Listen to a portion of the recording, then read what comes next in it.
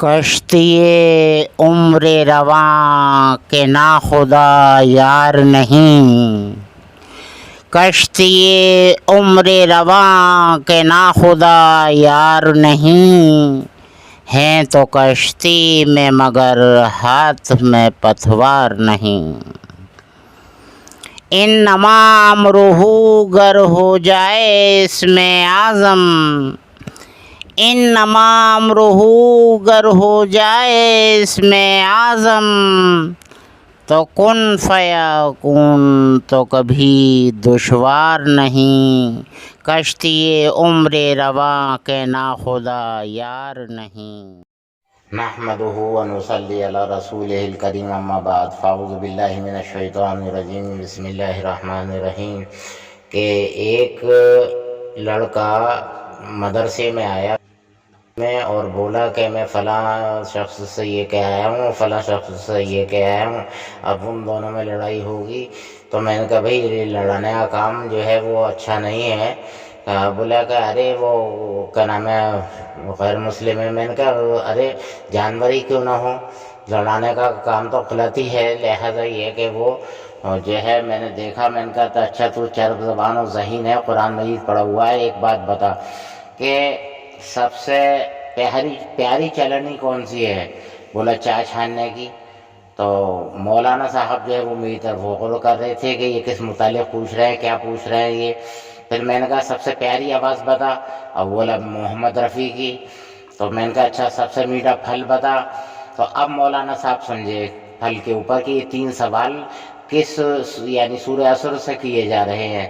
تو مولانا صاحب کے سامنے جب وہ یہ تیسرا سوال میں نے کیا کہ ایک بات یہ بتلائیے گا اس لڑکے سے کہ سب سے میٹھا پھل کون سا ہے؟ تو وہ بولا کہ آم۔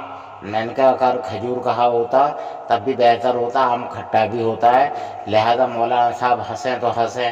پھر مولانا صاحب جو ہے وہ ان سے کہنے لگا کہ مولانا صاحب یہ بتلائیے گا، مولانا صاحب یہ بتلائیے گا آپ کیوں ہنس رہے ہیں، کیوں ہنس رہے ہیں؟ بولے یہ جو ہے حکیم صاحب ہی بتلائیں گے۔ لہذا یہ ہے کہ مولانا صاحب حکیم صاحب ہی کہا کرتے تھے مجھے، بولے یہ مولانا صاحب حکیم صاحب ہی بتلائیں گے۔ تو لہذا وہ لڑکا بولا کہ ارے بھائی بتلاؤ صحیح، آپ لوگ کیوں ہنس رہے ہیں، کیا بات ہے ایسی؟ خیر میرے اندر تو ہنسنے کی عادت نہیں، صرف مسکرا رہا تھا میں۔ بہرحال یہ کہ جب پھر میں نے کہا، میں نے کہا دیکھ بھائی میں نے صرف سورہ عصر کی یعنی قرآن مجید کی جو سب سے چھوٹی سورہ ہے اس کے نمبر پر دوسرے نمبر پر جو سورہ ہے یعنی سورہ انا اعطیناک کے بعد میں سورہ کوثر کے بعد میں یعنی سورہ عصر، تو سورہ عصر پر میں نے 3 سوال کیے تھے کہ وَاعْمِلُوا الصَّالِحَاتِ کہ سب سے پیاری چلنی کون سی ہے، جبکہ اعمال صالحہ کی چلنی ہے، تو نے کہا چائے چھاننے کی، کیونکہ چائے چھاننا جو ہے تمہیں چائے کے عادی ہو، جو عادت تمہاری ہے وہی جو تمہاری زبان سے نکلا ہے۔ لہذا یہ ہے کہ دوسرا یہ ہے کہ میں نے پوچھا کہ سب سے پیاری آواز کون سی ہے، تو انہوں نے کہا محمد رفیع کی، جب سے سب سے پیاری آواز حق ہے۔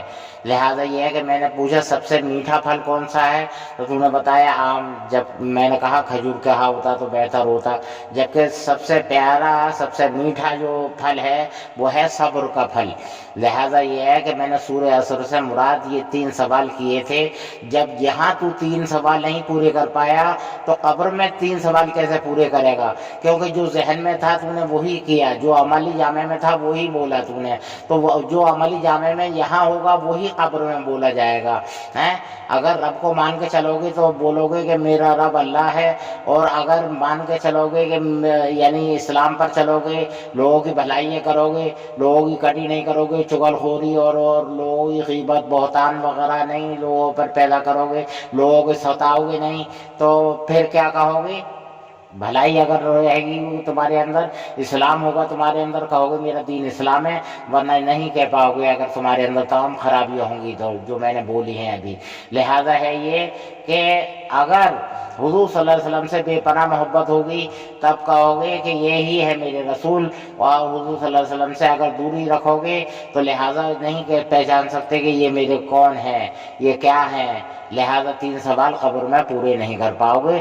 وآخر دعوانا الحمدللہ رب العالمین برحمتک یا ارحم الراحمین۔